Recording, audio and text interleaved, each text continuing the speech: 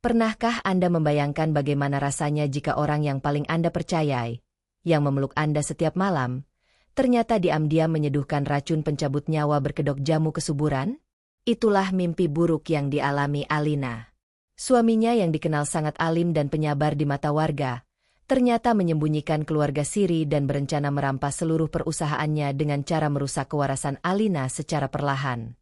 Suami dan ibu mertuanya mengira Alina hanyalah wanita lemah yang akan hancur tanpa perlawanan. Mereka salah besar. Pembalasan dendam yang telah Alina susun tidak hanya akan menelanjangi kebusukan mereka di depan ratusan tamu undangan, tetapi juga meratakan istana kesombongan mereka hingga menjadi debu. Sebelum kita masuk ke dalam kisah yang dijamin akan membuat darah kalian mendidih sekaligus memberikan kepuasan emosional yang luar biasa ini, saya mau absen dulu nih. Silakan tulis di kolom komentar. Dari kota atau daerah mana saja teman-teman yang sedang menonton video ini? Pastikan juga kalian sudah menekan tombol like, share, dan subscribe, serta menyalakan lonceng notifikasinya agar channel ini terus berkembang dan kalian tidak ketinggalan cerita-cerita penuh intrik dan plot twist mengejutkan lainnya. Sudah siap melihat bagaimana sang ratu bangkit menghancurkan para pengkhianatnya? Mari kita mulai ceritanya. Di mata warga perumahan elit tempatku tinggal, kehidupanku adalah definisi nyata dari sebuah kesempurnaan sosial yang diidam-idamkan banyak orang. Namaku Alina, seorang wanita berusia 30 tahun yang mewarisi dan membesarkan sebuah perusahaan distributor bahan bangunan terbesar di kota ini. Secara finansial, aku tidak kekurangan satu hal pun. Namun, yang selalu menjadi buah bibir dan kebanggaan ibu-ibu pengajian di lingkungan kami bukanlah kekayaanku, melainkan sosok suamiku, Raka. Raka adalah pria pendatang yang dulu bekerja sebagai manajer pemasaran di perusahaanku. Sikapnya yang santun, tutur katanya yang selalu lembut, dan ibadahnya yang tidak pernah tertinggal membuatku jatuh hati padanya. Di lingkungan kami, Raka dikenal sebagai sosok suami idaman dan teladan agama. Setiap ada kegiatan amal atau kerja bakti di masjid, ia selalu berada di barisan paling depan. Semua tetangga memujinya, mengatakan betapa luar biasa beruntungnya diriku mendapatkan pelindung yang begitu soleh, sabar, dan setia. Namun, di balik fasad rumah tangga yang terlihat begitu agung dan tanpa celah itu, ada satu celah yang terus-menerus digali dan dijadikan senjata psikologis oleh keluarga suamiku, yaitu masalah keturunan.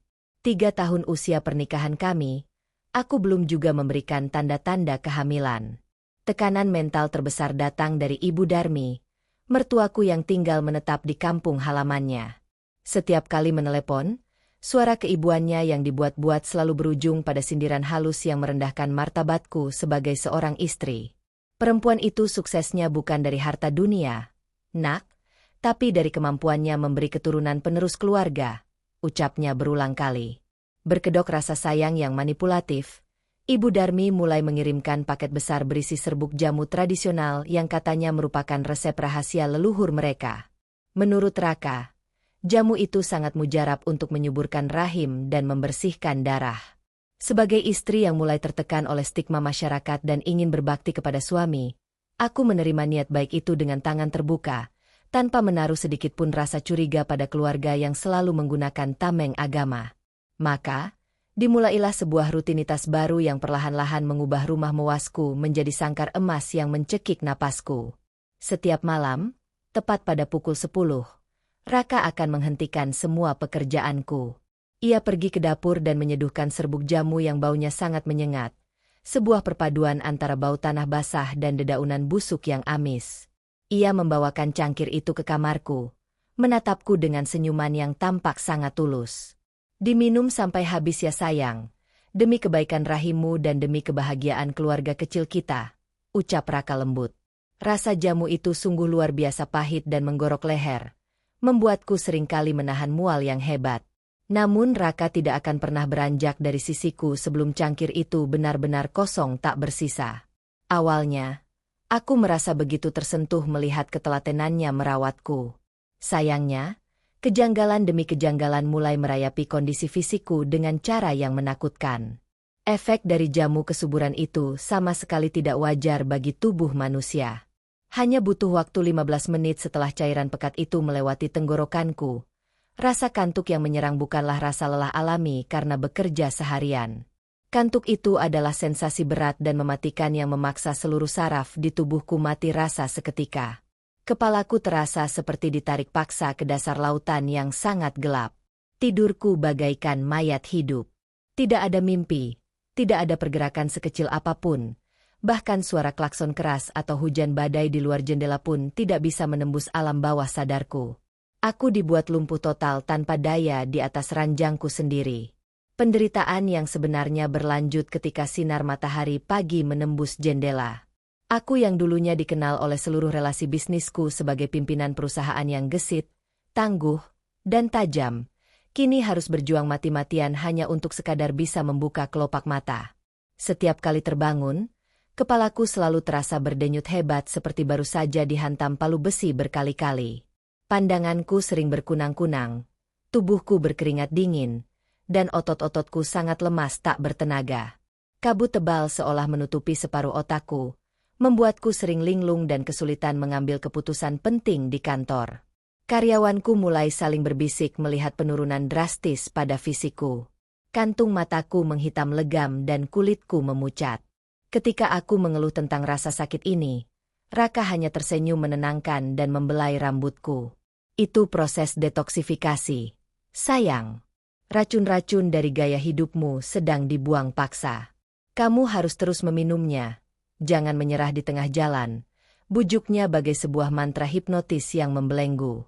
Namun, naluri bertahanku sebagai seorang pengusaha yang biasa membaca gelagat buruk kompetitor akhirnya mulai menembus kabut tebal di otakku. Suatu malam, di sela-sela sisa kesadaranku yang mulai memudar setelah menelan jamu jahanam itu, mataku yang setengah terpejam menangkap sebuah ekspresi Raka yang sesungguhnya. Begitu ia memalingkan wajah dan mengambil cangkir dari tanganku, senyum lembut di bibirnya lenyap tanpa sisa. Raka menatap tubuhku yang mulai terkulai lemas dengan sorot mata yang sangat dingin, kelam, dan tanpa belas kasihan. Ada sebuah kilat kepuasan yang sangat sinis dan merendahkan di sudut bibirnya. Tatapan itu bukanlah tatapan seorang suami yang sedang merawat belahan jiwanya yang sakit, melainkan tatapan seekor predator berdarah dingin yang sedang menikmati pemandangan mangsanya meregang nyawa secara perlahan di dalam perangkap. Firasat buruk langsung menghantam dadaku dengan keras, memacu adrenalin di tengah kelumpuhanku. Malam itu, sebelum kesadaranku benar-benar ditarik paksa ke dalam kegelapan, sebuah tekad yang setajam silet terbentuk di benakku. Aku harus mencari tahu kebohongan besar apa yang sedang disembunyikan oleh suamiku saat aku dibius tidur seperti orang mati setiap malamnya. Kecurigaan yang lahir dari tatapan mematikan suamiku semalam telah meruntuhkan seluruh ilusi pernikahan bahagia yang selama ini kubanggakan. Pagi harinya, saat Raka berangkat ke kantor dengan ciuman mesra di keningku, sebuah rutinitas yang kini terasa seperti kecupan Yudas, aku tidak lagi menangis atau meratapi nasib. Insting bertahan hidupku sebagai wanita yang keras membesarkan kerajaan bisnis langsung mengambil alih. Aku menyadari betapa rentannya posisiku. Di mata masyarakat kita, seorang wanita karir mapan yang belum juga memiliki anak seringkali dipandang dengan sebelah mata, dianggap kurang sempurna, atau dituduh terlalu ambisius mengejar dunia. Stigma sosial yang menyudutkan perempuan inilah yang digunakan dengan sangat brilian oleh Ibu Darmi dan Raka.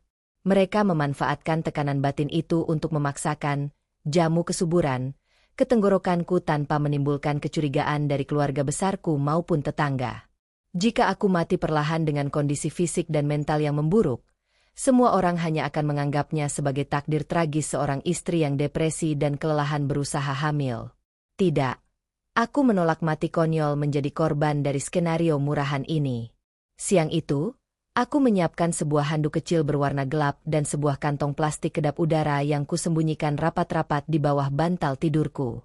Malam ini, aku akan membuktikan apakah firasatku benar. Ketegangan psikologis memuncak saat jarum jam dinding mendekati angka 10 malam. Terdengar langkah kaki Raka menaiki tangga. Pintu kamar terbuka, menampilkan Raka yang masuk membawa cangkir keramik dengan uap panas mengepul dari cairan hitam pekat di dalamnya. Bau amis dan getir khas jamu racikan ibunya langsung memenuhi udara kamar, membuat perutku mual seketika. Waktunya minum jamu, sayang. sapa Raka dengan senyuman lembut yang kini terlihat bagaikan seringai iblis di mataku. Aku memaksakan diri tersenyum, memerankan sosok istri penurut yang sudah kehabisan tenaga. Aku menerima cangkir itu dengan tangan bergetar, yang justru ditafsirkan Raka sebagai tanda kelemahan fisikku. Pahit sedikit tidak apa-apa ya, ini demi keturunan kita, bisiknya penuh manipulasi. Aku menarik napas panjang, menatap matanya sekilas, lalu mendekatkan cangkir itu ke bibir. Alih-alih menelannya, aku membiarkan cairan pekat itu hanya memenuhi rongga mulutku, menggembungkan pipiku sedikit. Aku segera meraih gelas air putih di nakas dan pura-pura meneguknya dengan cepat untuk memalsukan gerakan menelan. Anak pintar, puji Raka puas, merasa menang sambil mengambil cangkir kosong dari tanganku. Sekarang kamu tidur ya. Masih ada email dari klien yang harus aku balas di bawah, ucap Raka seraya mematikan lampu utama.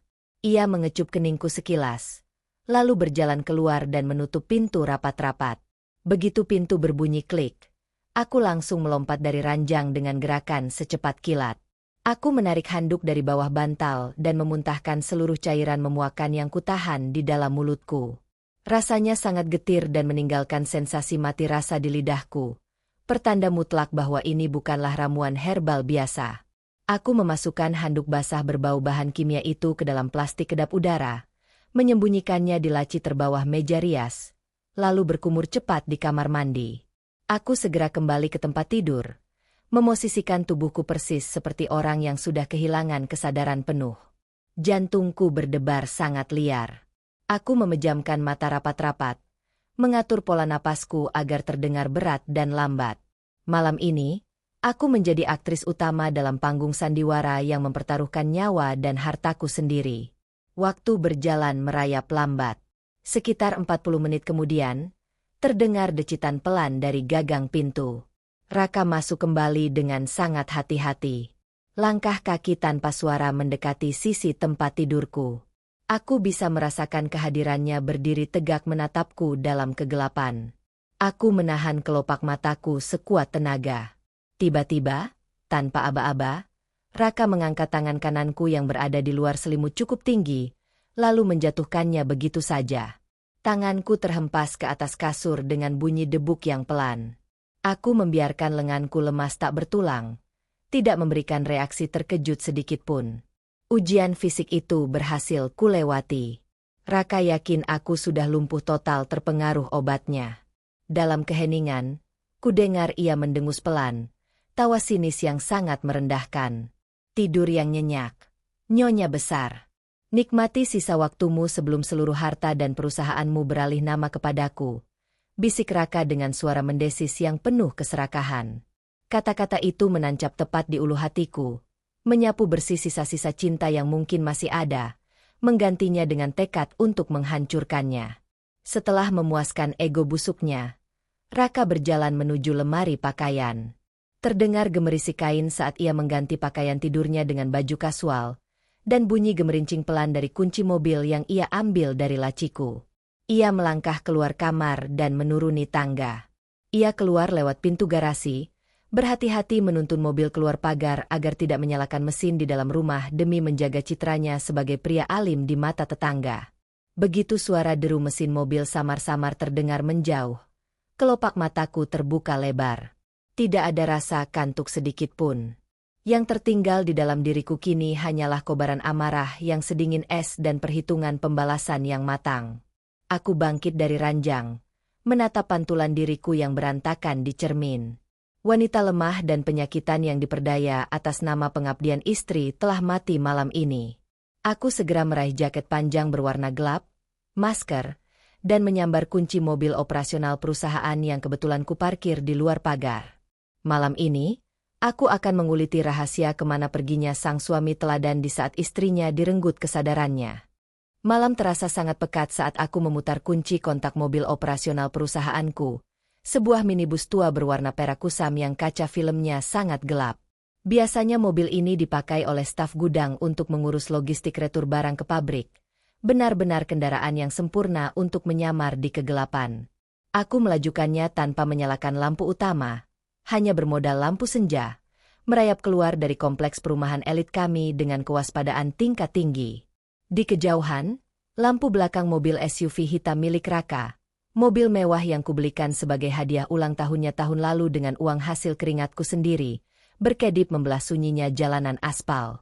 Aku menjaga jarak aman sekitar 100 meter, membiarkan beberapa kendaraan yang sesekali lewat menjadi tabir pemisah di antara kami agar Raka tidak menyadari bahwa ia sedang diikuti oleh istrinya yang seharusnya sedang meregang nyawa dalam tidur. Udara malam yang menembus celah kaca mobil terasa menggigit kulit, namun anehnya, aliran darahku justru mendidih. Tanganku mencengkeram kemudi hingga buku-buku jariku memutih. Otakku terus berputar mengurai kenyataan pahit ini. Di lingkungan masyarakat kita yang sangat patriarkis, betapa mudahnya seorang laki-laki mendapatkan validasi dan predikat suami teladan, hanya bermodalkan baju koko, senyum ramah kepada tetangga, dan rajin membagikan unggahan penceramah di media sosial. Sementara seorang istri yang banting tulang membangun fondasi ekonomi keluarga seringkali dituntut untuk menunduk, diam, dan mengabdi tanpa syarat, hingga akhirnya hak, harta, dan suaranya dirampas perlahan-lahan. Kebodohanku mempercayai konstruksi sosial yang manipulatif dan fasad religius murahan itulah yang hampir saja mengirimku ke rumah sakit jiwa, atau lebih buruk lagi, ke liang lahat. Mobil SUV hitam yang dikendarai Raka melaju keluar dari pusat kota. Ia tidak mengarah ke area hiburan malam gemerlap, apartemen mewah, atau hotel berbintang yang biasanya menjadi tempat persinggahan para suami peselingkuh dari kalangan elit. Raka justru mengarahkan setir menuju wilayah pinggiran kota, melewati jalanan yang aspalnya mulai berlubang dan penerangan jalan yang temaram. Rutenya memasuki kawasan pemukiman padat penduduk yang didominasi oleh deretan kontrakan petak dan rumah-rumah sederhana bermodel lawas. Kenyataan ini justru semakin memacu rasa penasaranku dan mengundang berbagai pertanyaan gila di kepalaku. Pengkhianatan jenis apa yang sedang ia sembunyikan di tempat yang jauh dari peradabanku ini? Napasku tertahan ketika mobil Raka akhirnya melambat dan berbelok masuk ke sebuah gang sempit yang hanya muat dilalui oleh satu buah mobil kecil. Aku segera menghentikan minibus operasionalku di pinggir jalan raya utama, agak jauh dari mulut gang. Memaksa masuk mengikuti SUV Raka ke dalam jalan sempit berbatu itu sama saja dengan menyerahkan leherku untuk disembelih. Aku mematikan mesin, mengunci pintu dengan sangat pelan, lalu menarik resleting jaket hitamku hingga menutupi leher. Mengenakan masker wajah dan menurunkan pinggiran topiku, aku melangkah keluar. Aku menyusuri gang gelap tersebut dengan berjingkat, menghindari genangan air dan kerikil agar langkahku tak bersuara, mengendap-endap seperti seekor bayangan di tengah malam. Suasana pemukiman ini sangat sepi, hanya terdengar sayup-sayup suara jangkrik dan dengkuran warga dari balik jendela-jendela yang tertutup rapat. Sekitar 50 meter berjalan masuk ke dalam gang. Langkahku terhenti seketika. Aku melihat SUV hitam kebanggaan suamiku terparkir rapi di depan sebuah rumah dengan pagar tembok setinggi dada yang dicat hijau kusam. Berbeda dengan rumah-rumah di sekitarnya yang gelap gulita, lampu teras rumah itu menyala sangat terang benderang. Aku segera merapatkan tubuhku ke dinding rumah tetangga di seberangnya, memanfaatkan rimbunnya semak-semak pohon bugenvil yang menjalar ke jalanan sebagai benteng persembunyianku. Jantungku berpacu seperti genderang perang yang ditabuh bertubi-tubi saat melihat pintu depan rumah berpagar hijau itu terbuka lebar, bahkan sebelum Raka sempat mengetuknya. Seseorang jelas sudah menunggunya dengan penuh harap dan rindu di jam 2 pagi buta ini. Dari balik celah dedaunan, mataku menajam, menangkap sebuah siluet yang melangkah keluar menuju teras. Tubuhku seketika membeku bagai disiram air es. Apa yang kulihat benar-benar menghancurkan sisa-sisa kewarasanku mengenai makna kesetiaan. Di sana, Raka, suamiku yang dikenal alim dan selalu menjaga jarak dengan wanita lain itu, disambut hangat oleh seorang perempuan muda berdaster rumahan. Perempuan itu tidak sekadar membukakan pintu, ia mengalungkan kedua lengannya ke leher Raka dengan sangat mesra, sebuah gestur keintiman yang wajar yang mengisyaratkan rutinitas bertahun-tahun, bukan sekadar cinta sesaat. Raka membalas pelukan itu tak kalah eratnya, membelai punggung dan rambut perempuan tersebut dengan penuh kasih sayang. Kasih sayang lembut yang tak pernah lagi kudapatkan sejak ia dengan sengaja mencekokiku dengan jamu beracun pencabut nyawa. Rasa jijik dan mual yang hebat mengaduk-aduk perutku melihat tontonan murahan di depan mataku. Namun, Kejutan malam itu belum selesai. Hal yang membuat duniaku benar-benar runtuh dan mengubah rasa sakit hatiku menjadi amarah iblis baru saja akan melangkah keluar dari balik pintu rumah tersebut. Perihnya melihat pengkhianatan fisik belum seberapa dibandingkan dengan kiamat kecil yang kini melangkah keluar dari balik pintu rumah berpagar hijau itu. Menyusul perempuan muda berdaster tadi, seorang anak laki-laki kecil berusia sekitar 3 atau 4 tahun berlari tertatih keluar menuju teras. Anak itu mengenakan piyama bergambar dinosaurus, mengucek matanya yang mengantuk, lalu merentangkan kedua tangan kecilnya ke arah suamiku. Raka segera melepaskan pelukan dari perempuan itu, berjongkok, dan menyambut tubuh gempal si anak dengan tawa yang lepas. "Bapak, Bapak bawa mainan tidak?" teriak bocah itu riang. "Anak jagoan Bapak belum tidur ternyata. Nungguin Bapak ya?" balas Raka sambil menggendongnya dan menciumi pipi anak itu bertubi-tubi. Kata, "Bapak," yang meluncur dari mulut bocah itu menghantam dadaku seperti peluru tajam. Napas terengah di balik maskerku. Mataku nanar menyaksikan pemandangan yang mengoyak jiwa. Laki-laki yang setiap hari menatapku penuh kasihan dan cinta palsu. Menekan psikologisku dengan dalih bahwa aku tidak bisa memberinya keturunan. Ternyata sudah memiliki seorang putra sehat yang ia sembunyikan dengan sangat rapi. Ini bukan sekadar perselingkuhan biasa. Ini adalah kebohongan terstruktur. Sebuah keluarga siri yang disembunyikan di bawah lapisan demi lapisan kebusukan. Sementara diriku diposisikan sebagai sapi perah dan target penghancuran untuk membiayai kelangsungan hidup mereka berdua. Aku masih mematung di balik semak bougainville. Tanganku gemetar menahan amarah yang meledak-ledak. Perempuan itu, yang dari usianya jauh lebih muda dariku, tersenyum bangga melihat kedekatan ayah dan anak tersebut. Namun, saat tatapanku beralih ke bagian dalam rumah yang pintunya masih terbuka, mataku menangkap sesuatu yang membuat teka-teki gila ini semakin memuakan. Di ruang tamu kontrakan itu, duduk seorang pria parubaya yang sama sekali tidak kukenal. Pria itu memakai kemeja batik rapi, kacamata baca tebal, dan membawa sebuah tas kerja kulit yang menggembung. Di atas meja di depannya, berserakan tumpukan kertas putih bermaterai. Di jam 2 pagi yang sunyi ini, kehadiran pria berseragam resmi di sebuah rumah kontrakan pelakor jelas bukan pemandangan yang lazim. Raka menurunkan putranya, berbisik mesra pada si perempuan. "Weni," nama yang kudengar samar dari mulut Raka saat perempuan itu menyuguhkan kopi, menyuruhnya membawa si anak kembali tidur. Weni mengangguk patuh dan masuk ke dalam. Raka kemudian merapikan pakaiannya, raut wajahnya seketika berubah menjadi serius dan manipulatif. Lalu ia masuk ke dalam rumah dan duduk berhadapan dengan pria berkacamata tersebut. Dorongan rasa ingin tahu yang sangat liar, bercampur dengan kebencian mutlak, membuat kewaspadaanku memudar. Aku tidak bisa hanya menonton dari jauh. Aku harus tahu apa yang sedang direncanakan oleh serigala-serigala kelaparan ini. Dengan napas yang kutahan sekuat tenaga, aku mengendap-endap keluar dari balik semak. Merayap pelan menyusuri dinding luar, hingga mencapai batas pagar hijau rumah tersebut. Aku merunduk, memanfaatkan celah kecil pada lubang ventilasi kayu di bawah jendela ruang tamu yang kebetulan agak terbuka untuk mengalirkan sirkulasi udara malam.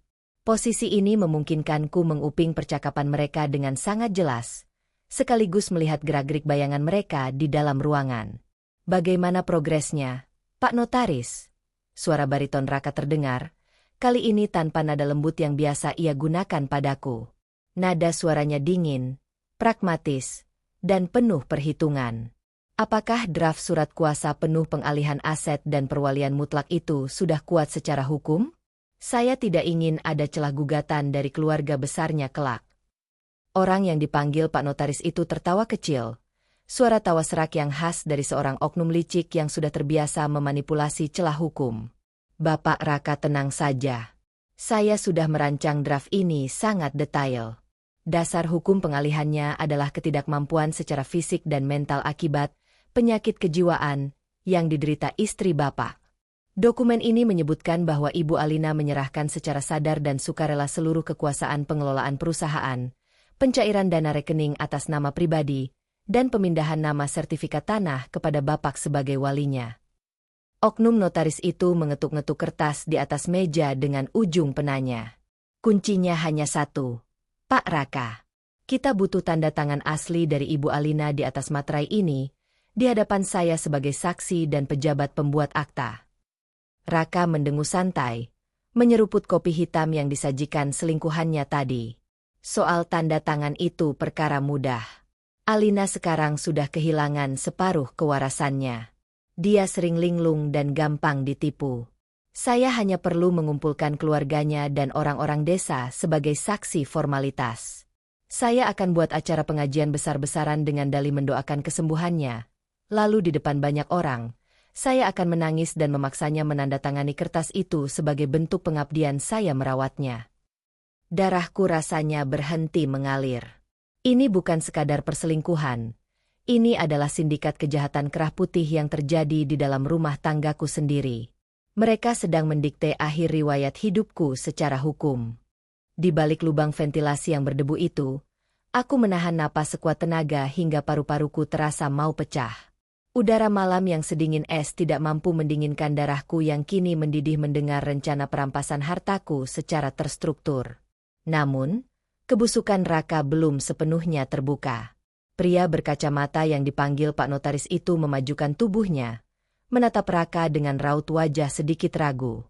Tapi Pak Raka, mari kita bicara skenario terburuk. Bagaimana jika di hari penandatanganan itu istri Bapak tiba-tiba kembali waras? Atau bagaimana jika keluarganya curiga dan membawanya ke rumah sakit besar untuk pemindaian otak? Rencana kita bisa hancur berantakan kalau rekam medisnya menunjukkan ada yang tidak wajar. Pertanyaan oknum notaris itu mewakili logika hukum yang paling rasional, dan jawaban yang keluar dari mulut Raka sedetik kemudian adalah hal paling mengerikan yang pernah kudengar seumur hidupku. Raka menyandarkan punggungnya di sofa yang sudah sedikit kusam itu, lalu tertawa. Sebuah tawa yang sangat pelan, serak, dan penuh dengan kesombongan yang menjijikkan. Bapak pikir saya bodoh? Saya tidak meracuninya dengan sianida atau arsenik yang bisa memicu kematian mendadak dan mengundang autopsi polisi. Kematian mendadak akan menimbulkan kecurigaan, tetapi kegilaan perlahan itu hanya akan mengundang simpati dari masyarakat, desis Raka dengan bangga. Ia kemudian mencondongkan tubuhnya. Suaranya merendah seperti iblis yang sedang membanggakan dosa terbesarnya. Ibu saya di kampung punya koneksi ke apoteker nakal. Jamu kesuburan yang setiap malam saya cekokkan ke tenggorokan Alina itu sebenarnya adalah campuran obat penenang golongan psikotropika dosis sangat tinggi, dicampur dengan racikan herbal super pahit untuk menyamarkan rasa bahan kimianya. Aku menggigit bibir bawahku kuat-kuat hingga kurasakan anyir darah di lidahku. Tubuhku gemetar hebat. Kenyataan ini menghantamku dengan brutal. Di masyarakat kita, kepatuhan seorang istri kepada anjuran mertua, apalagi yang berkedok pengobatan tradisional dan niat baik untuk mendapatkan keturunan, adalah hal yang sangat diagungkan. Siapa yang akan mencurigai seorang ibu mertua yang rajin mengirimkan jamu kehamilan? Raka dan Ibu Darmi menggunakan celah budaya dan stigma sosial ini dengan sangat sempurna. Mereka tidak sedang membunuh fisikku secara instan. Mereka sedang merusak fungsi saraf pusat otakku secara perlahan. Raka menjelaskan kepada notaris itu bahwa konsumsi obat penenang dosis tinggi secara terus-menerus tanpa resep medis akan membuat sel otakku menyusut. Efeknya adalah kebingungan kronis, hilangnya memori jangka pendek, halusinasi, dan akhirnya kerusakan kognitif permanen yang membuatku tak ubahnya seperti mayat hidup. Dia sudah diambang batas kewarasannya, Pak. Lanjut Raka dengan nada meremehkan. Tadi saja tangannya sudah tremor dan matanya kosong. Tanda tangannya nanti mungkin akan berantakan, tapi justru itu yang kita butuhkan untuk memperkuat argumen bahwa ia menandatangani penyerahan aset itu dalam kondisi cacat mental, disaksikan oleh Anda dan warga desa. Setelah hartanya beralih nama, saya tinggal mengirimnya ke rumah sakit jiwa di luar kota, dan kita bisa hidup tenang. Tepat saat Raka menyelesaikan kalimat mematikannya itu, Weni keluar dari kamar membawa sepiring camilan. Perempuan muda itu duduk di pangkuan Raka dengan manja. Mas, aku sudah tidak sabar pindah ke rumah besarmu itu. Baju-baju mahalku sudah kupacking semua. Masa iya tiap malam Mas harus kucing-kucingan begini buat jenguk aku sama Dika? Rengeknya dengan suara manja yang membuat perutku semakin mual. Raka mengelus pipi Weni sambil tersenyum. Sabar sayang, tinggal menghitung hari. Begitu perempuan gila itu masuk panti rehabilitasi, kamu akan jadi nyonya besar di sana. Cukup. Mataku tidak meneteskan air mata sedikit pun. Tangisanku sudah mengering, digantikan oleh ruang kosong yang kini sepenuhnya diisi oleh dendam yang pekat dan mematikan. Aku perlahan melangkah mundur dari jendela itu, menjauh dari pekarangan rumah kontrakan yang menjadi saksi bisu rencana pembunuhanku. Dengan langkah mengendap-endap bak seekor pemangsa di malam hari, aku kembali ke arah jalan raya tempat minibusku terparkir. Saat aku duduk di balik kemudi dan menyandarkan kepalaku sejenak, aku menyadari satu hal yang mengubah cara pandangku terhadap dunia. Alina yang lugu, yang selalu berusaha menjadi istri penurut dan rela menelan kepahitan demi menyenangkan keluarga suaminya, telah mati terbunuh malam ini di depan jendela kontrakan kumuh tersebut. Mulai detik ini, yang tersisa hanyalah Alina sang eksekutor. Mereka pikir mereka sedang bermain-main dengan wanita penyakitan yang otaknya sudah rusak. Mereka salah besar. Mereka tidak tahu bahwa mereka baru saja membangunkan seekor naga tidur dari sangkar emasnya. Aku segera menyalakan mesin mobil, melaju membelah malam kembali ke rumahku, bersiap untuk mendahului Raka pulang dan merajut jaring laba-laba balasan yang akan mencekik leher mereka satu persatu. Perjalanan pulang menembus pekatnya malam tidak lagi terasa mencekam. Jalanan aspal yang lengang menjadi saksi bisu transformasiku. Ketakutan akan penyakit misterius yang sempat menyelimuti hari-hariku telah menguap sepenuhnya. Kini aku memiliki sebuah nama untuk musuhku, dan mengetahui bentuk senjata mereka adalah langkah pertama menuju kemenangan. Aku memarkirkan minibus perak itu kembali ke tempat semula di luar pagar, memastikan posisinya presisi seperti sebelumnya agar satpam kompleks yang tengah tertidur tidak menyadari mobil itu baru saja digunakan berkeliling. Aku menyelinap masuk ke dalam rumah mewasku, rumah yang kini terasa seperti arena gladiator tempatku akan membantai lawan, melalui pintu samping yang kuncinya sengaja kubiarkan setengah terbuka tadi. Pukul menunjukkan angka 3:30 pagi. Raka akan segera pulang sebelum azan subuh berkumandang untuk menjaga citra suami solehnya di depan embok-embok asisten rumah tangga yang biasanya bangun pagi. Aku berlari kecil menuju kamarku, melepas jaket dan masker, lalu melemparkannya ke keranjang cucian kotor di sudut ruangan. Aku masuk ke kamar mandi, membasuh wajahku dengan air es dari keran. Sensasi dingin itu membakar sisa-sisa ilusi cinta yang masih menempel di kulitku. Aku menatap pantulan wajahku di cermin kamar mandi. Wanita pucat dengan kantung mata hitam dan bibir kering itu kini menatap lurus dengan sorot mata yang tajam dan tak tertembus. Aku tidak akan menangis. Air mata adalah kemewahan bagi orang yang memiliki harapan. Sementara aku tidak butuh harapan, aku butuh pembalasan. Di dunia nyata yang keras ini, seringkali hukum dan keadilan berjalan sangat lambat, terutama bagi perempuan yang sudah dilabeli gila atau histeris oleh keluarganya sendiri. Jika aku hanya lapor polisi sekarang bermodalkan kecurigaan menguping dari jendela, Raka si ahli manipulasi itu akan dengan mudah berkelit, menyebutku sedang berhalusinasi akibat depresi karena tak kunjung hamil. Aku harus membiarkan mereka merasa menang. Aku harus memberi mereka panggung yang sangat besar, mengumpulkan penonton sebanyak-banyaknya, lalu meruntuhkan panggung itu tepat di atas kepala mereka. Dengan cepat aku kembali ke atas ranjang, mengenakan kembali piyama tidurku, dan menarik selimut hingga sebatas leher.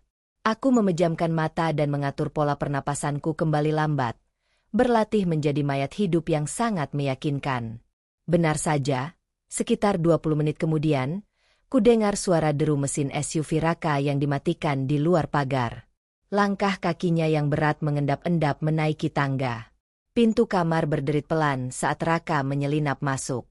Hawa dingin dari luar terbawa oleh pakaiannya. Raka berganti pakaian dengan cepat, lalu naik ke atas ranjang di sebelahku. Tanpa rasa bersalah sedikit pun, lengan pria pengkhianat itu melingkar di pinggangku, menarik tubuhku ke dalam pelukannya dari belakang. Bau parfum murahan bercampur keringat Weni samar-samar masih menempel di kulitnya. Rasa mual yang luar biasa langsung menyerang ulu hatiku. Aku harus menggigit bagian dalam pipiku kuat-kuat hingga berdarah untuk mencegah tubuhku memberontak-meronta dan menampar wajah palsunya saat itu juga. "Selamat tidur, istriku yang malang," bisik Raka tepat di telingaku, Disusul sebuah kecupan dingin di tengkuku yang membuat seluruh bulu kuduku meremang jijik. Ia memelukku erat, merayakan keberhasilannya menipu dunia dan menipuku. Raka tertidur lelap tak lama kemudian. Dengkurannya terdengar halus namun teratur. Dengkuran seorang pria yang merasa posisinya aman dari segala ancaman hukum maupun sosial. Namun ia tidak tahu, wanita yang dipeluknya malam ini bukanlah lagi Alina si pewaris bisnis yang lugu dan penurut. Di balik kelopak mataku yang terpejam, otaknya yang katanya rusak, ini sedang bekerja 1000 kali lebih cepat dari biasanya.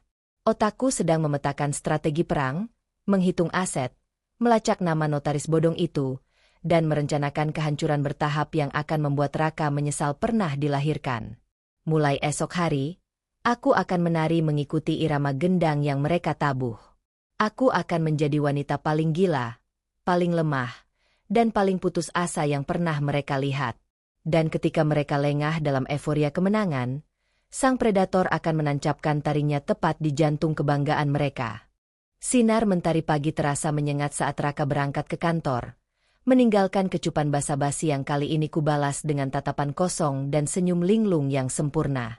Begitu suara mobilnya menjauh, aku langsung melompat dari ranjang dengan kecepatan yang kontras dengan akting lemasku barusan. Waktuku terbatas. Sang predator harus mengasah senjatanya sebelum malam tiba. Aku segera mengeluarkan plastik kedap udara dari laci meja rias. Plastik berisi handuk kecil beraroma busuk yang menyimpan sisa-sisa jamu kesuburan semalam. Menyelipkannya ke dalam tas kerjaku. Aku tidak langsung pergi ke kantor. Tujuanku adalah sebuah klinik swasta bertaraf internasional di pusat kota, tempat Dr. Arman, sahabat almarhum ayahku sekaligus dokter keluarga yang sangat kupercaya, berpraktik. Aku harus mendapatkan bukti empiris hitam di atas putih yang tidak bisa dibantah oleh argumen manipulatif Raka. Ruangan Dr. Arman bernuansa putih bersih, kontras dengan kegelapan konspirasi yang kubawa. Aku menceritakan semuanya tanpa menutupi satu kebusukan pun. Reaksi Dr. Arman bergeser dari keterkejutan hingga kemarahan profesional. Beliau segera mengirimkan sampel dari handuk tersebut ke laboratorium forensik kenalannya untuk diuji dengan prioritas tinggi. Sementara menunggu hasil uji toksikologi keluar, Dr. Arman melakukan pemeriksaan menyeluruh pada fisik dan neurologisku. Alina, kondisimu mengkhawatirkan namun untungnya belum ada kerusakan saraf permanen. Kamu sangat jeli menghentikannya tepat waktu, jelas Dr. Arman dengan nada serius, menatap hasil tes darah awalku. Apapun yang dimasukkan suamimu ke dalam minuman itu telah memperlambat detak jantungmu dan menekan sistem saraf pusatmu secara brutal. Jika diteruskan beberapa bulan lagi, kerusakan kognitifmu tidak akan bisa dipulihkan. Mendengar konfirmasi medis itu mempertebal lapisan kebencian di dadaku. Kematian fungsional adalah nasib yang mereka rancang untukku. Namun, mengamankan bukti medis hanyalah langkah pertama dari manuver balasku. Dari klinik, mobilku melesat menuju firma hukum bergengsi milik Bapak Hendra, pengacara korporat senior yang juga menangani legalitas perusahaanku. Di ruang kerjanya yang kedap suara, aku membeberkan rencana perampasan aset yang didiktekan oknum notaris bodong semalam. Pak Hendra, pria parubaya yang tak pernah main-main dengan hukum kepemilikan, langsung bertindak cepat.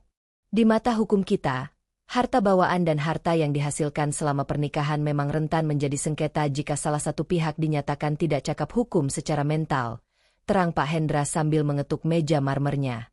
Raka dan notarisnya menggunakan celah pasal perwalian. Mereka ingin bukti medis atau kesaksian publik bahwa kamu gila, lalu memaksamu menandatangani surat kuasa penuh. Itu adalah perampokan berkerah putih yang sangat rapi, Alina. Lalu, apa yang bisa kita lakukan, Pak Hendra? Saya tidak akan membiarkan sepeser pun uang hasil keringat orang tua saya dan keringat saya sendiri jatuh ke tangan pria pengkhianat dan keluarga sirinya. Desisku, urat-urat di leherku menegang. Pak Hendra tersenyum penuh arti, sebuah senyum predator korporat. Kita akan melumpuhkan mereka sebelum mereka sempat menarik pelatuknya. Kita akan pindahkan seluruh aset vitalmu, saham mayoritas perusahaan, sertifikat tanah, deposito, dan properti atas namamu, ke dalam bentuk blind trust atau perwalian buta. Dalam sistem ini, Kamu secara legal menyerahkan hak pengelolaan aset kepada pihak ketiga, dalam hal ini firma hukum saya, sebelum kamu dinyatakan tidak cakap. Blind trust ini bersifat absolut dan tidak bisa diintervensi oleh status perkawinan atau ahli waris tanpa persetujuan awal. Tanganku dengan cepat membubuhkan tanda tangan di atas belasan dokumen legal bermaterai yang segera disiapkan oleh staf Pak Hendra. Proses ini seperti membangun sebuah brankas raksasa tak terlihat yang mengamankan seluruh hartaku. Mulai jam 4 sore ini, Alina, secara hukum di atas kertas, kamu adalah wanita miskin yang tidak memiliki akses langsung pada hartanya sendiri. Dokumen surat kuasa apapun yang nanti disodorkan oleh suamimu dan notaris bodongnya itu tidak akan memiliki kekuatan hukum apa-apa selain selembar kertas sampah. Kelegaan yang luar biasa membasuh dadaku. Di tengah perjalanan pulang, sebuah pesan masuk dari Dr. Arman melampirkan hasil laboratorium forensik. Zat dalam handuk itu positif mengandung haloperidol dan diazepam berdosis sangat tinggi. Obat antipsikotik dan penenang keras yang tidak boleh diperjualbelikan tanpa resep dokter spesialis jiwa. Senjata pertama sudah di tangan. Brankas raksasa sudah terkunci. Raka boleh merasa dirinya adalah dalang yang cerdas dengan rencana kotornya. Namun ia tak menyadari bahwa istrinya baru saja memindahkan seluruh panggung pertunjukan ke bawah kendalinya. Malam ini, saat ia kembali menyeduhkan jamu itu, ia hanya akan menuangkan racun itu ke dalam skenario kehancurannya sendiri. Matahari mulai merendah di ufuk barat saat aku memarkirkan mobil kembali di garasi rumah. Berkas-berkas legalitas perlindungan aset dari firma hukum Pak Hendra dan hasil uji laboratorium forensik telah tersimpan sangat aman di brankas sewaan bank rahasia, jauh dari jangkauan tangan kotor suamiku. Begitu kakiku menginjak lantai marmer rumah mewah ini, persona Alina sang CEO yang tangguh kutinggalkan di luar pintu. Kini, aku harus bertransformasi menjadi versi diriku yang paling menyedihkan dan pantas dikasihani. Akting gila ini bukan sekadar cara bertahan hidup, melainkan umpan mematikan untuk memancing serigala-serigala itu keluar dari sarangnya. Rencana Raka membutuhkan bukti bahwa aku kehilangan kewarasan secara permanen, maka aku akan memberikan mereka pertunjukan drama yang tidak akan pernah mereka lupakan. Skenario pertamaku dimulai tepat ketika Raka pulang dari kantor malam itu membawa seorang wanita parubaya yang sangat kukenal, Ibu Darmi. Mertuaku itu datang tanpa pemberitahuan, melangkah masuk ke pekarangan rumahku dengan gaya angkuh baknyonya besar yang sedang menginspeksi daerah taklukannya. Kehadirannya di sini adalah konfirmasi mutlak bahwa mereka sedang mempercepat rencana eksekusi aset tersebut. Di masyarakat kita, campur tangan mertua dalam urusan rumah tangga seringkali dibenarkan dengan dalih kasih sayang.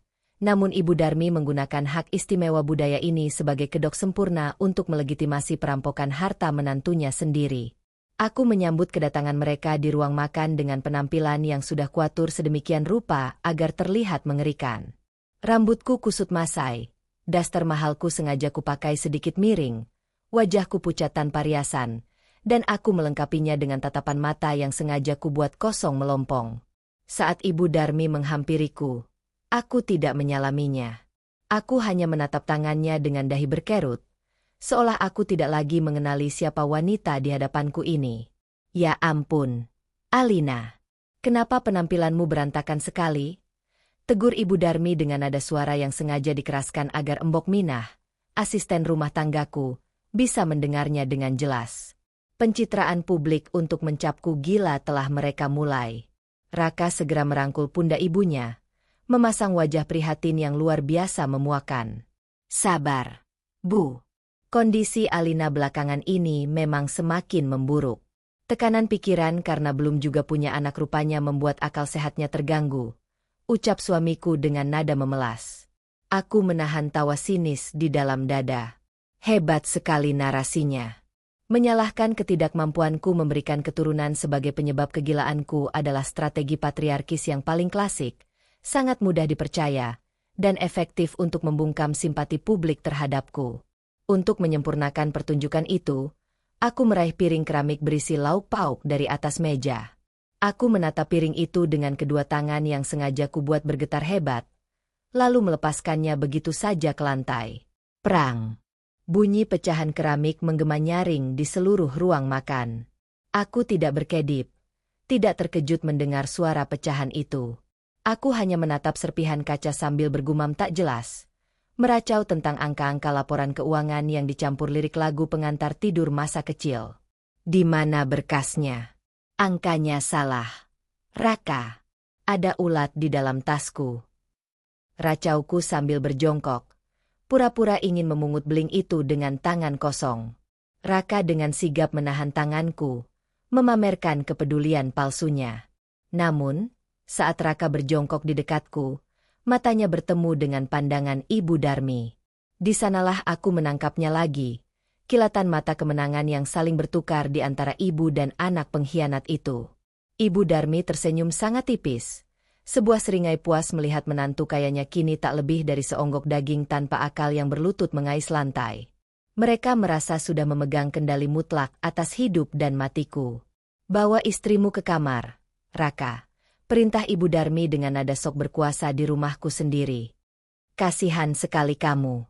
Nak, suami setampan kamu harus menguras batin mengurus perempuan tidak waras begini. Besok ibu akan telepon pemuka agama. Siapa tahu dia diganggu jin karena jarang ibadah. Alasan, kurang ibadah, kembali dikeluarkan sebagai tameng moral yang tak bisa dibantah untuk menyudutkan korban. Di dalam kamar yang dikunci rapat dari dalam, Raka kembali menyodorkan cangkir berisi jamu kesuburan, mematikan itu. Kali ini, aku langsung mengambil cangkir tersebut. Dengan tangan yang masih bergetar, aku mendekatkannya ke mulut. Sama seperti malam sebelumnya, aku hanya menahan cairan beracun itu di rongga mulutku, lalu membuangnya ke handuk kecil yang sudah kusiapkan di balik selimut saat Raka berbalik menuju lemari pakaian. Begitu racun itu aman dari sistemku, aku memejamkan mata rapat. Raka menatapku cukup lama dalam keheningan. Tinggal selangkah lagi, Alina. Bisiknya penuh keserakahan. Ia lalu mematikan lampu dan keluar dari kamar. Begitu pintu tertutup, dalam kegelapan kamar yang sunyi itu, kelopak mataku terbuka lebar. Bersenang-senanglah dalam ilusi kemenangan kalian, Raka. Karena ketika seorang wanita yang telah kalian hancurkan bangkit untuk membalas dendam, kegilaan sesungguhnya baru akan dimulai. Semburat fajar yang dingin baru saja menyapu langit kota ketika aku membuka mata. Raka masih tertidur pulas di sebelahku. Dengkurannya terdengar berirama dan penuh dengan kesombongan seorang pria yang merasa dunianya aman tanpa celah. Dengan gerakan seringan bulu, aku menyingkap selimut dan menyelinap keluar dari kamar. Target utamaku pagi ini adalah lemari dapur bersih, tempat Raka dan Ibu Darmi menyimpan toples kaca berisi jamu kesuburan yang menjadi senjata utama mereka. Begitu aku menemukan toples laknat itu, aku segera memindahkan seluruh bubuk psikotropika tersebut ke dalam kantong plastik tebal untuk kusimpan sebagai barang bukti tambahan jika sewaktu-waktu dibutuhkan. Sebagai gantinya, aku mengisi toples itu dengan campuran bubuk daun sambiloto yang sangat pahit dan beberapa tablet multivitamin yang sudah kutumbuk halus. Warnanya persis sama, baunya pun sama-sama menyengat. Mulai malam ini, aku tidak perlu lagi bersusah payah memuntahkan minuman itu ke handuk. Ancaman racun fisik telah sepenuhnya kunetralisir di bawah hidung mereka sendiri. Namun, menghentikan racun mereka saja tidak cukup untuk memuaskan dahagaku akan keadilan. Kini giliran mereka yang harus mencicipi bagaimana rasanya kewarasan direnggut secara paksa. Dari dalam saku dasterku, aku mengeluarkan sebuah botol kaca kecil berukuran sekecil jari kelingking. Isinya adalah cairan halusinogen ringan yang berhasil kudapatkan dari kenalan lamaku di dunia medis rahasia, sebuah senyawa organik murni yang tidak berbau, tidak berasa, dan tidak terdeteksi oleh uji medis standar, namun mampu memanipulasi persepsi visual dan auditori siapapun yang mengonsumsinya. Di masyarakat kita, ada kebiasaan patriarkis yang sangat mengakar di mana seorang ibu mertua yang berkunjung akan merasa dirinya adalah nyonya besar yang berhak dilayani bagaikan ratu, sementara anak laki-lakinya akan menuntut pelayanan penuh dari seisi rumah. Aku memanipulasi kebiasaan buruk ini.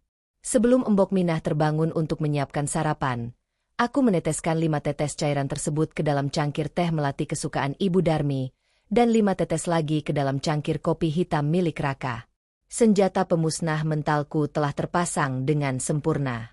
2 jam kemudian, ruang makan dipenuhi oleh keangkuhan keluarga itu. Ibu Darmi duduk di kursi utama dengan dagu terangkat, sementara Raka sibuk menggulir layar tabletnya. Aku masuk ruang makan dengan langkah terseret, mempertahankan persona wanita gila dengan daster kusut, rambut acak-acakan, dan tatapan mata yang sengaja kubuat kosong. Lihat istrimu itu, Raka.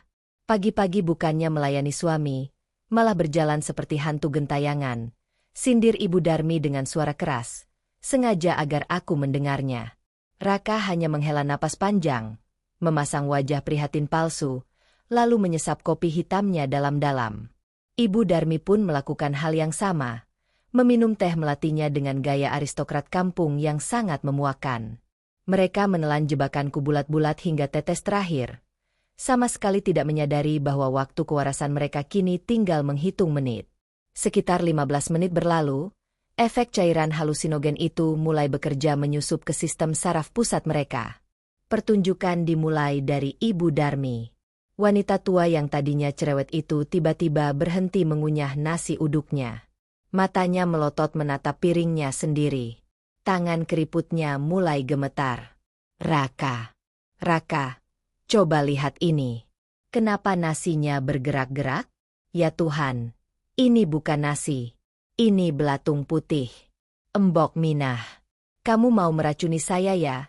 Teriak Ibu Darmi histeris, melempar sendoknya hingga membentur gelas kaca.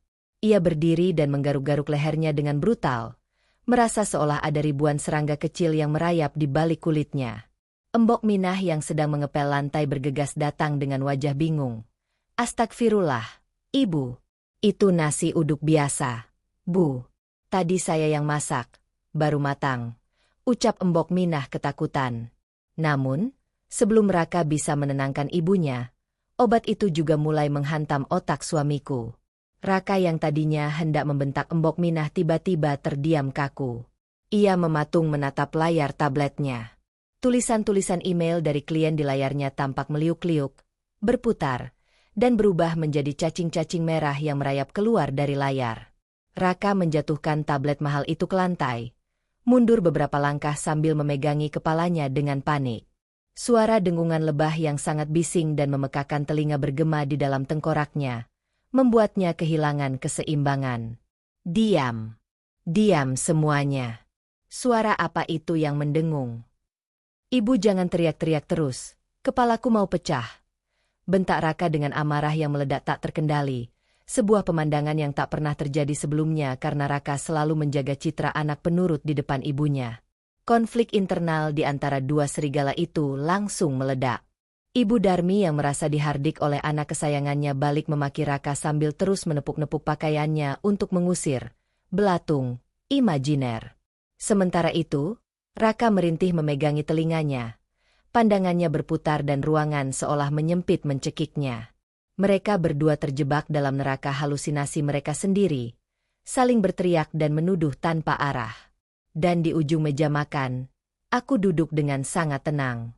Aku memasukkan sepotong tempe goreng ke dalam mulutku, mengunyahnya pelan sambil menonton kehancuran mental mereka dengan mata kosongku. Di balik wajah tanpa ekspresi itu, jiwaku tersenyum sangat lebar. Mereka menggunakan tubuhku sebagai eksperimen kimia untuk merampas hartaku, maka kini aku menggunakan pikiran mereka sebagai arena bermainku. Teror ini baru pemanasan, dan aku akan memastikan setiap detik yang mereka lalui di rumah ini akan terasa seperti siksaan yang tak berujung. Teror pagi itu barulah permulaan dari runtuhnya kewarasan yang selama ini mereka banggakan. Efek halusinogen ringan itu perlahan memudar setelah beberapa jam, namun residu ketakutan yang ditinggalkannya menancap kuat di benak Raka dan Ibu Darmi. Menjelang siang, ruang keluarga kami yang biasanya sepi kini dipenuhi oleh bau kemenyan.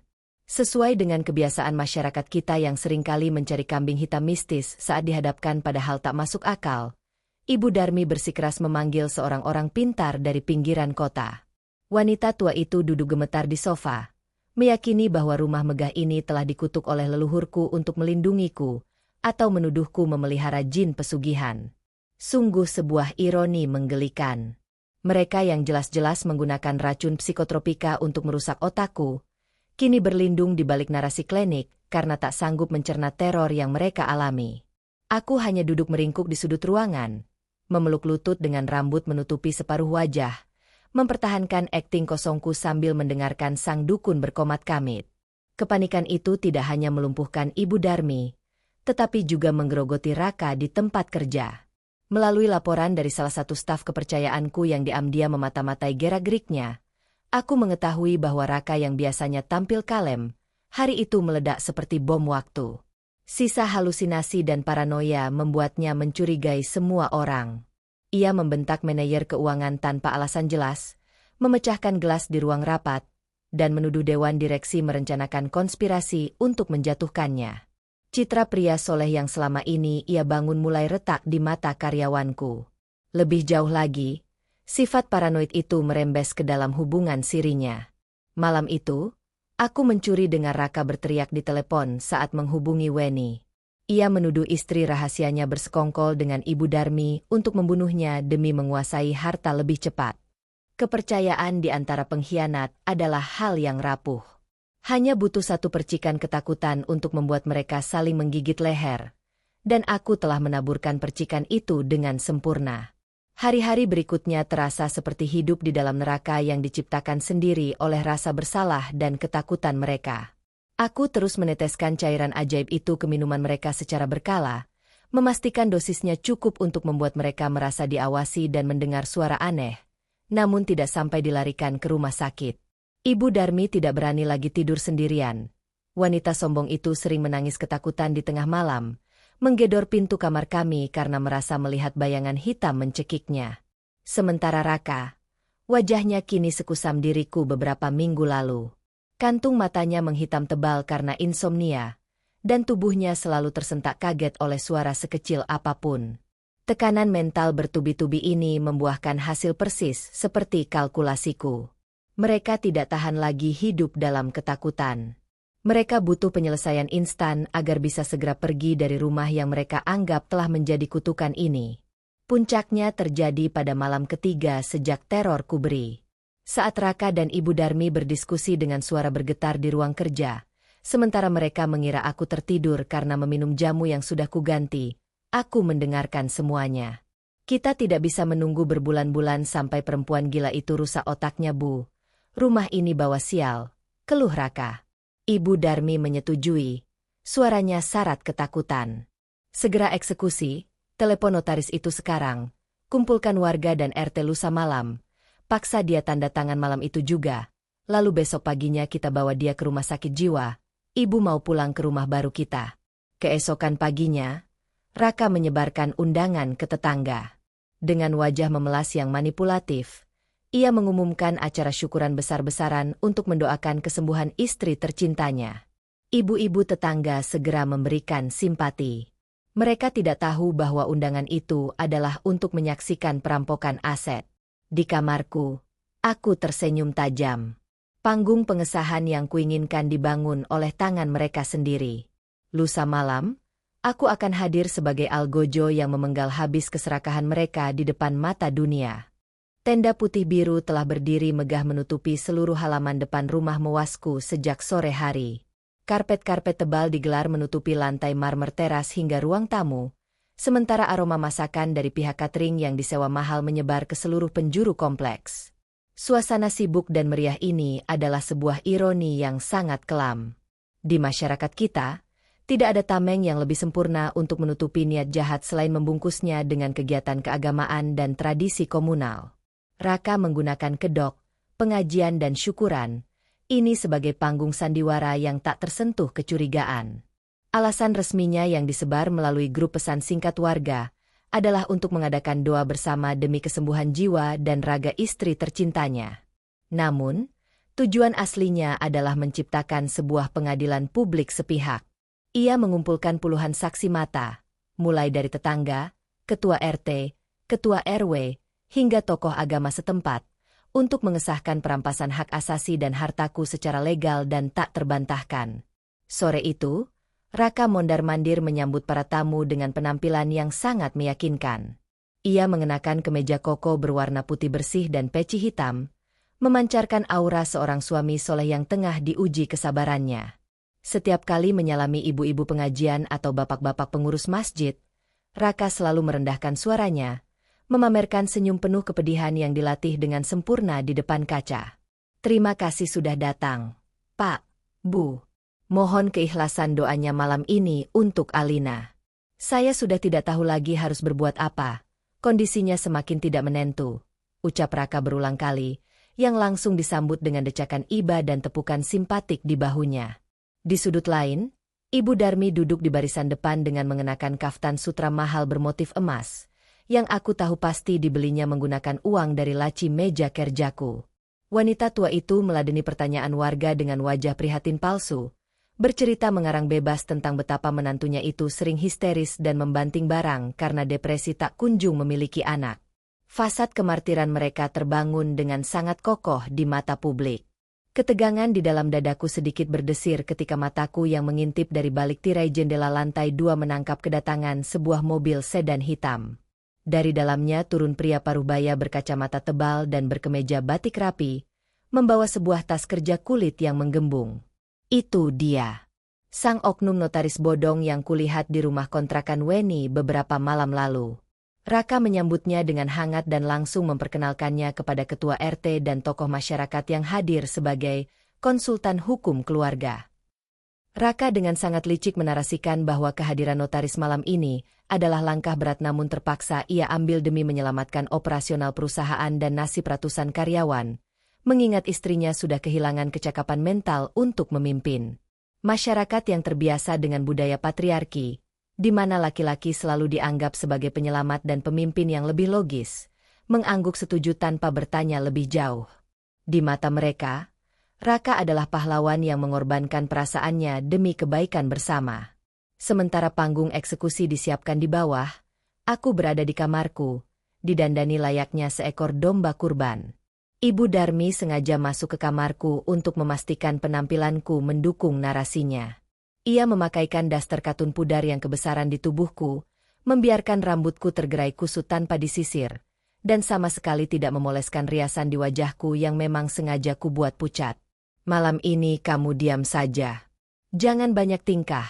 Ikuti semua kata suamimu kalau kamu tidak mau dikirim ke rumah sakit jiwa berseruji besi besok pagi. Ancam Ibu Darmi dengan suara mendesis tajam di telingaku, mengira aku tidak akan memahami ancamannya karena efek obat. Aku hanya menatapnya dengan tatapan mata yang sengaja kubuat kosong melompong, membiarkan sedikit air liur menggenang di sudut bibirku. Ibu Darmi mendengus jijik, lalu menarik lenganku dengan kasar untuk membawaku turun ke lantai bawah. Saat aku melangkah menuruni tangga, suasana ruang tamu yang tadinya dipenuhi gumaman doa perlahan menjadi sunyi senyap. Ratusan pasang mata menatapku. Aku bisa mendengar bisik-bisik kasihan yang menyayat dari ibu-ibu tetangga. Ya Allah, kasihan sekali Mbak Alina. Dulu cantik, pintar, sukses, sekarang tatapannya kosong begitu. Bisik seorang tetangga. Itulah, Bu, perempuan kalau terlalu ambisius kerja sampai lupa kodrat punya anak, akhirnya stres sendiri. Untung suaminya Mas Raka itu sabar luar biasa. Timpal yang lain. Stigma sosial yang sangat kejam itu bergema di telingaku. Namun aku tidak tersinggung. Biarkan mereka berbisik. Biarkan mereka menghakimiku dengan standar ganda yang busuk. Raka membimbingku duduk di tengah ruangan, tepat di hadapan sebuah meja kecil tempat sang notaris bodong telah menyiapkan segepok dokumen bermaterai. Di sekelilingku, doa-doa mulai dilantunkan kembali melalui pengeras suara. Aku menundukkan kepala, memainkan ujung dasterku dengan jari yang bergetar hebat. Di balik wajah tanpa ekspresi dan postur tubuh yang rapuh ini, akalku setajam silet, menunggu dengan penuh antisipasi detik-detik saat Raka menyodorkan pena itu kepadaku. Panggung telah siap. Para penonton telah duduk manis, dan sang algojo bersiap untuk memberikan kejutan yang akan membalikan dunia mereka malam ini juga. Lantunan doa yang dipimpin oleh pemuka agama setempat akhirnya usai, menyisakan gema selawat yang perlahan memudar di udara malam. Asap kemenyan dan wangi parfum malaikat subuh yang menyengat berbaur menjadi satu, menciptakan atmosfer sakral yang ironisnya sedang digunakan untuk menutupi niat paling najis. Suasana mendadak hening ketika pembawa acara menyerahkan mikrofon kepada suamiku. Raka berdiri dari kursi utamanya. Ia menundukkan kepala sejenak, memejamkan mata, dan menarik napas panjang yang sengaja dibuat terdengar bergetar di pengeras suara. Ketika ia mengangkat wajahnya, sebulir air mata buaya yang sangat sempurna menetes membasahi pipinya. Pertunjukan utama kemunafikan telah dimulai. Bapak, Ibu, dan warga sekalian yang saya hormati, suara Raka terdengar serak, syarat akan penderitaan palsu. Saya berdiri di sini malam ini dengan hati yang sangat hancur. Sebagaimana yang bisa Bapak dan Ibu saksikan sendiri, istri yang sangat saya cintai, bidadari surga saya, Alina, kini raganya ada di sini, namun jiwanya entah sedang tersesat di mana. Sejak 3 bulan terakhir, kami telah berusaha berobat ke sana kemari, medis maupun non-medis, namun takdir berkata lain. Depresi yang menggerogoti akal sehatnya akibat tekanan batin belum juga dikaruniai keturunan telah merenggut kewarasannya secara permanen. Raka menyeka matanya dengan punggung tangan. Beberapa ibu-ibu di barisan depan mulai terisak pelan, termakan bulat-bulat oleh akting luar biasa dari pria pengkhianat itu. Raka melanjutkan pidatonya, merangkai setiap kata dengan bisa manipulasi yang sangat mematikan. Saya menyadari bahwa sebagai suami, saya telah gagal menjaganya dari kesedihan. Namun, saya tidak boleh gagal menjaga warisan orang tuanya dan nasib ratusan karyawan di perusahaannya. Dengan kondisi mental Alina yang kini tak ubahnya seperti balita, perusahaan mengalami krisis kepemimpinan. Jika dibiarkan, semuanya akan hancur. Oleh karena itu, di hadapan Bapak, Ibu, perangkat desa, dan saksi dari konsultan hukum malam ini saya, dengan sangat berat hati, harus mengambil alih tanggung jawab tersebut. Bukan untuk menguasai hartanya. Demi Allah bukan. Melainkan untuk melindunginya agar harta itu bisa kugunakan sepenuhnya untuk biaya perawatan Alina di fasilitas rehabilitasi kejiwaan seumur hidupnya. Sebuah narasi perampokan yang dibungkus dengan pita pahlawan. Para saksi yang hadir mengangguk-angguk penuh empati. Ibu Darmi menangis terseduh-seduh sambil menepuk-nepuk dadanya, memerankan sosok ibu mertua yang ikut hancur melihat nasib malang anak dan menantunya. Setelah pidato menjijikan itu selesai, sang oknum notaris bodong berdiri mengambil alih panggung. Pria berkacamata tebal itu membuka tas kerjanya dan mengeluarkan sebuah map merah yang tampak sangat resmi. Ia membeberkan dokumen tersebut di atas meja kecil tepat di hadapanku. Di pojok kanan bawah kertas tebal itu, sebuah materai merah menyala telah tertempel, menunggu untuk ditandatangani. Sesuai dengan hukum perwalian dan pengampuan, ucap notaris itu dengan nada suara resmi dan meyakinkan. Dokumen ini adalah surat kuasa penuh pemindahan aset. Mengingat kondisi Ibu Alina yang sudah tidak cakap hukum, tanda tangan di atas kertas ini, dengan disaksikan oleh hadirin sekalian, akan memberikan hak mutlak dan tak terbatas kepada Bapak Raka atas seluruh kepemilikan saham, rekening bank, properti, dan segala aset atas nama Alina. Raka melangkah mendekatiku. Ia berlutut di sebelah kursiku, menyejajarkan wajah tampannya yang penuh kelicikan dengan wajahku yang pucat pasi. Tangannya yang hangat merangkul bahuku, namun jari-jarinya mencengkeram tulang selangkaku dengan tekanan yang menyakitkan, sebuah ancaman tersembunyi yang hanya bisa kurasakan. Raka mengambil sebuah pena tinta emas dari saku kemejanya, lalu menyodorkannya ke hadapanku. Ayo sayang, pegang penanya. Tanda tangan di sini. Bisiknya sangat lembut di telingaku, namun matanya yang membelalak lebar memancarkan keserakahan yang buas. Tanda tangan yang jelek pun tidak apa-apa. Setelah ini, kamu bisa tidur tenang di rumah sakit selamanya, dan aku bisa menjemput Weni serta anakku malam ini juga. Tambahnya dengan bisikan yang nyaris tak terdengar, yakin 100% bahwa racun yang ia berikan telah mematikan fungsi pendengaran dan kognitifku. Aku menatap dokumen itu dengan pandangan kosong. Rambut berantakanku menutupi sebagian wajah, menyembunyikan kilat tajam yang mulai berkumpul di pupil mataku. Para tamu menahan napas. Suasana seketika berubah setegang ruang bedah. Semua mata tertuju pada jemariku yang sengaja kubuat gemetar hebat saat perlahan-lahan terangkat, meraba udara sebelum akhirnya menyentuh badan pena emas tersebut. Aku bisa mendengar helaan napas lega dari Ibu Darmi di barisan depan. Aku bisa merasakan jantung Raka berdegup kencang karena euforia kemenangan yang sebentar lagi akan ia raih. Jari-jariku menggenggam pena itu. Ujung tintanya kini melayang hanya beberapa milimeter di atas kertas bermaterai. Ini dia puncaknya. Mereka merasa telah menaklukkan seekor singa betina, tanpa tahu bahwa singa itu hanya sedang menunggu saat yang tepat untuk mencabik leher mereka di depan seluruh dunia. Ujung pena emas itu nyaris mencium permukaan kertas, dan aku bisa mendengar embusan napas panjang Raka di sebelahku, napas lega dari seorang penipu yang merasa telah mencapai garis finish.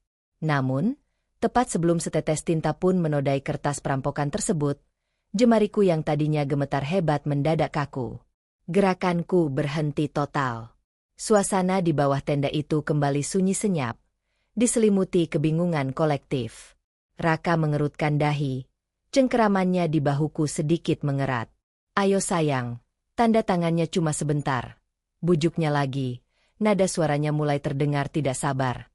Perlahan, sangat perlahan, aku mendongakkan kepala. Dagu yang tadinya tertunduk lesu kini terangkat tegak. Aku memutar leherku ke arah Raka. Pandangan mataku yang selama berhari-hari terlihat kosong dan mati, kini menyorotkan tatapan yang tajam, jernih, dan sedingin baja. Raka tersentak mundur. Instingnya menangkap bahaya, namun otaknya menolak percaya pada apa yang dilihatnya. Ia melepaskan cengkeramannya di bahuku seolah baru saja tersengat listrik.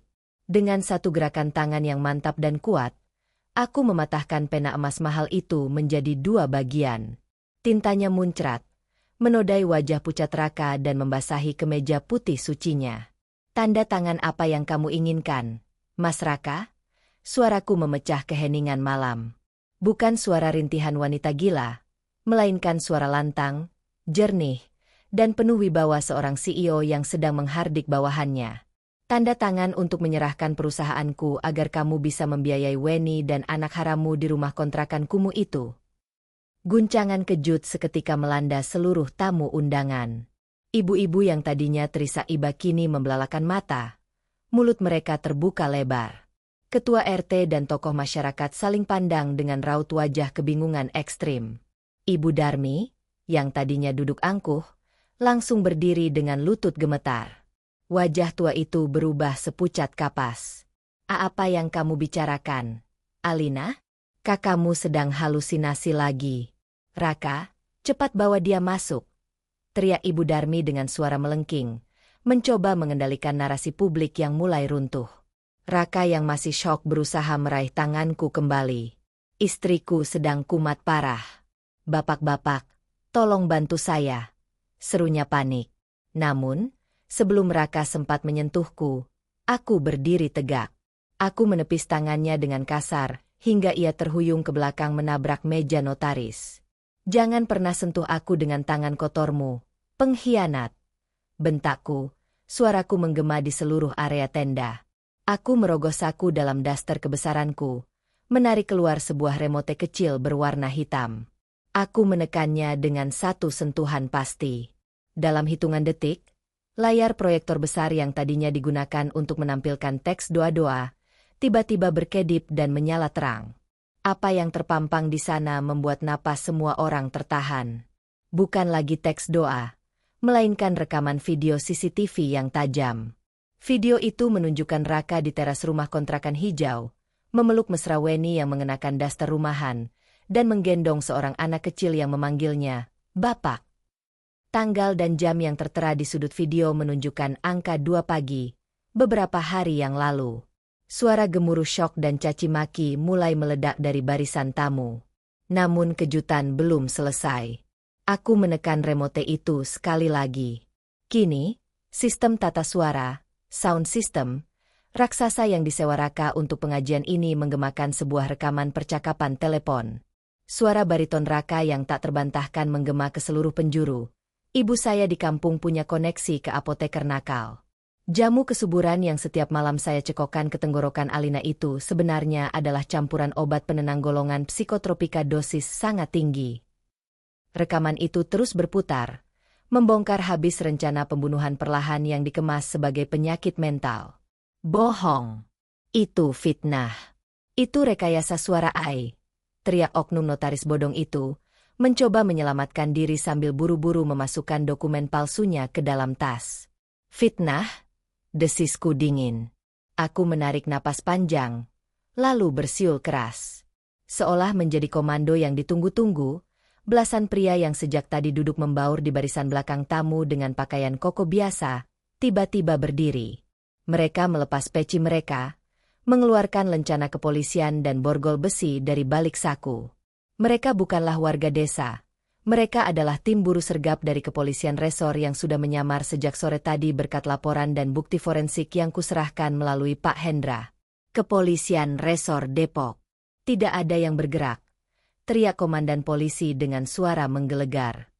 Saudara Raka dan saudara notaris, Anda kami tangkap atas tuduhan pemalsuan dokumen negara, percobaan perampasan aset, dan percobaan pembunuhan berencana menggunakan zat psikotropika keras.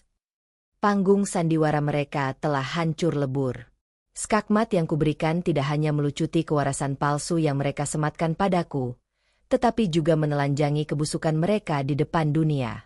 Aku memandang Raka yang kini diseret dan dibanting ke lantai oleh dua petugas berpakaian preman. Pria soleh palsu itu menangis tersedu-sedu, memohon ampun dengan hidung yang berdarah karena mencium lantai marmer yang ingin ia rampas. Malam ini, bukan aku yang hancur. Merekalah yang merasakan dinginnya jurang neraka yang telah kusiapkan.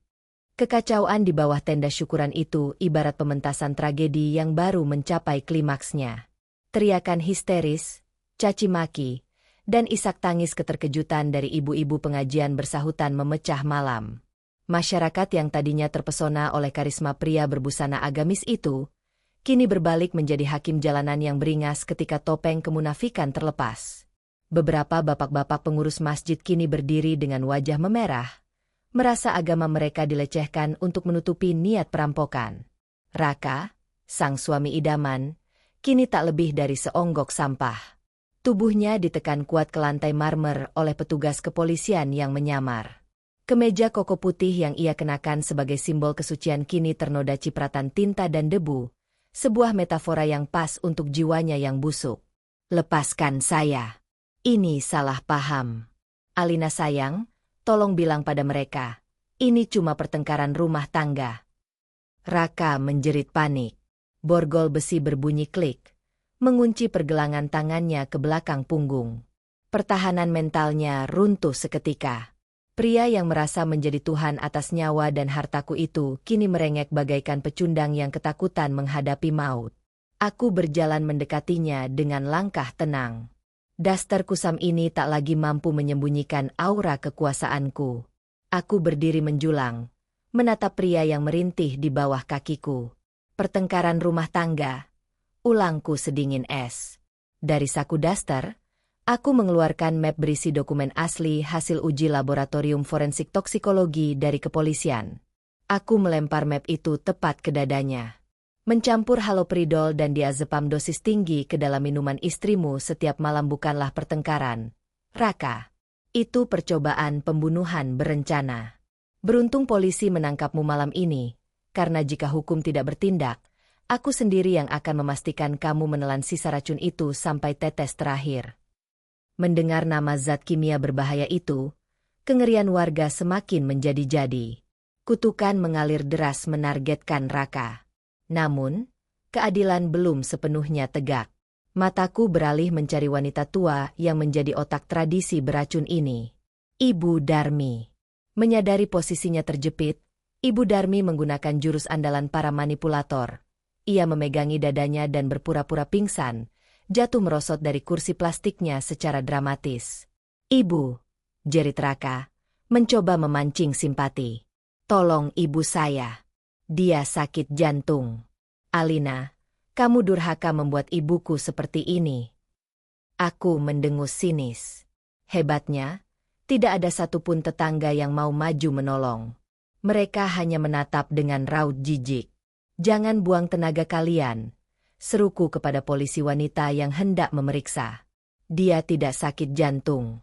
Dia hanya reaksi panik karena tertangkap basah. Bangun, Bu Darmi. Bentakku menggelegar, membuat tubuhnya tersentak dan membuka mata karena refleks.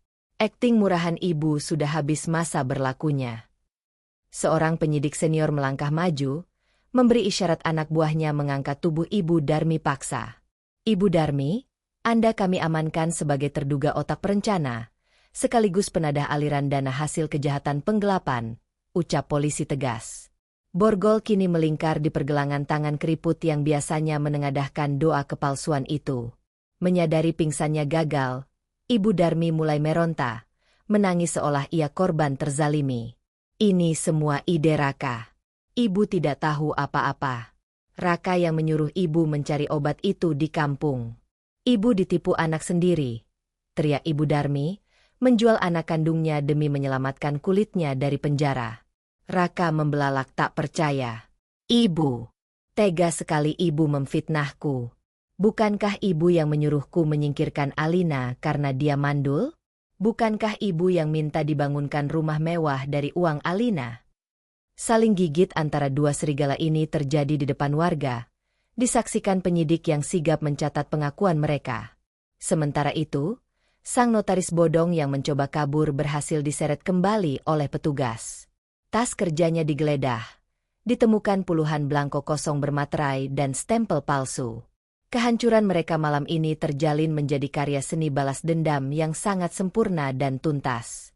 Saat ketiga pengkhianat itu diseret masuk ke mobil patroli dengan lampu strobo yang menyala terang, aku melangkah ke batas teras. Angin malam berhembus kuat, menyingkap daster pudar yang segera kutinggalkan.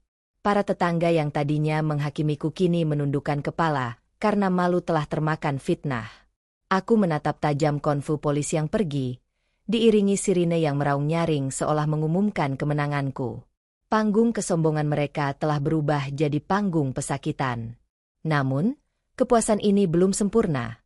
Masih ada satu pukulan terakhir besok pagi untuk mencabut akar kesombongan mereka hingga tak tersisa.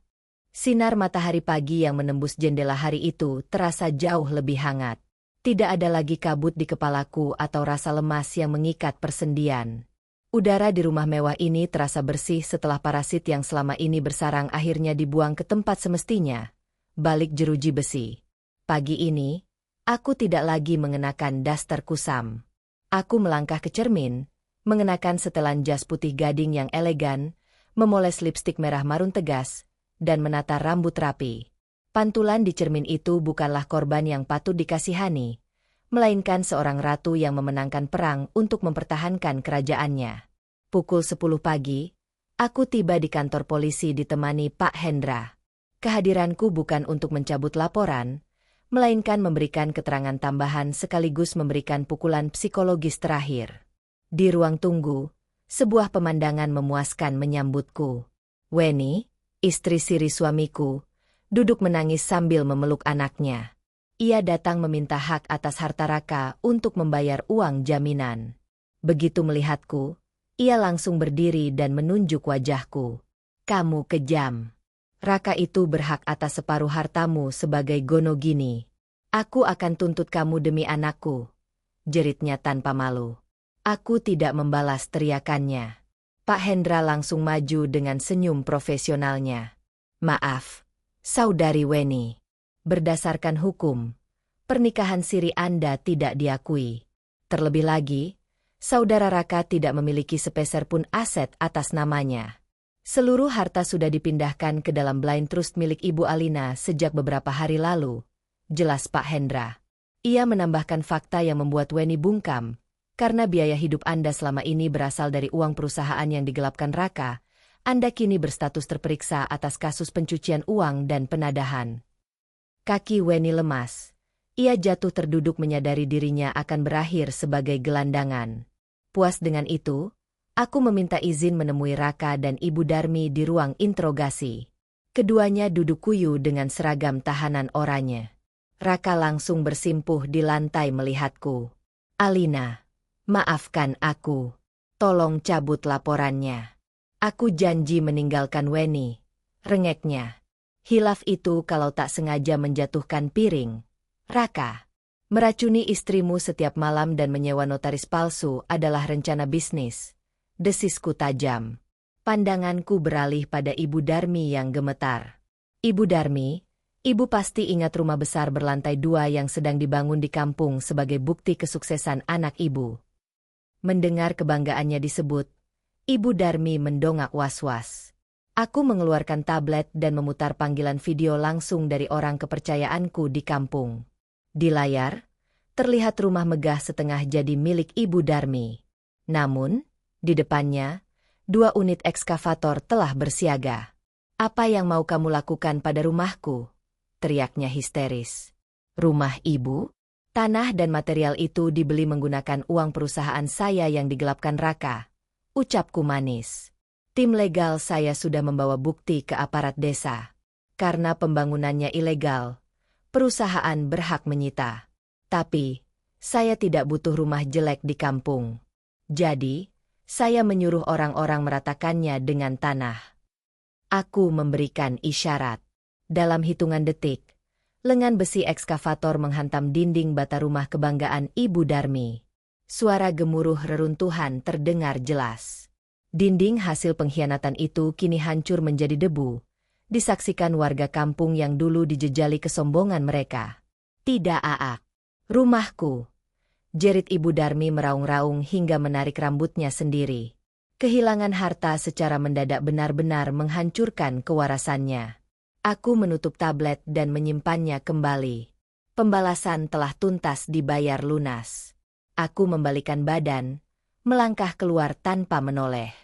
Pintu besi penjara tertutup dengan dentuman keras, mengunci masa laluku selamanya. Saat melangkah keluar gedung, hembusan angin segar menyapa wajahku. Aku masuk ke mobil mewahku, bukan untuk meratapi nasib, melainkan kembali ke kantor untuk memimpin perusahaan sebagai wanita pemenang yang tak tersentuh. Nah, teman-teman, kisah Alina ini memberikan pelajaran yang sangat berharga bagi kita semua. Jangan pernah menilai kesetiaan dan kebahagiaan rumah tangga hanya dari penampilan luar atau tutur kata yang manis di depan banyak orang. Kadang, pengkhianatan paling keji justru datang dari orang terdekat yang berlindung di balik kedok agama dan kepedulian palsu. Satu hal yang pasti, kesabaran seorang perempuan itu memiliki batas. Jangan pernah meremehkan atau memancing amarah seorang istri yang telah dikhianati dan diinjak-injak harga dirinya. Karena ketika ia memutuskan untuk bangkit dan melawan, ia tidak akan sekadar marah. Ia akan merancang kehancuran yang sangat elegan dan meruntuhkan seluruh hidup sang pengkhianat hingga tak bersisa. Bagaimana menurut kalian tentang taktik balas dendam Alina? Apakah hukumannya sudah cukup memuaskan untuk Raka dan Ibu Darmi?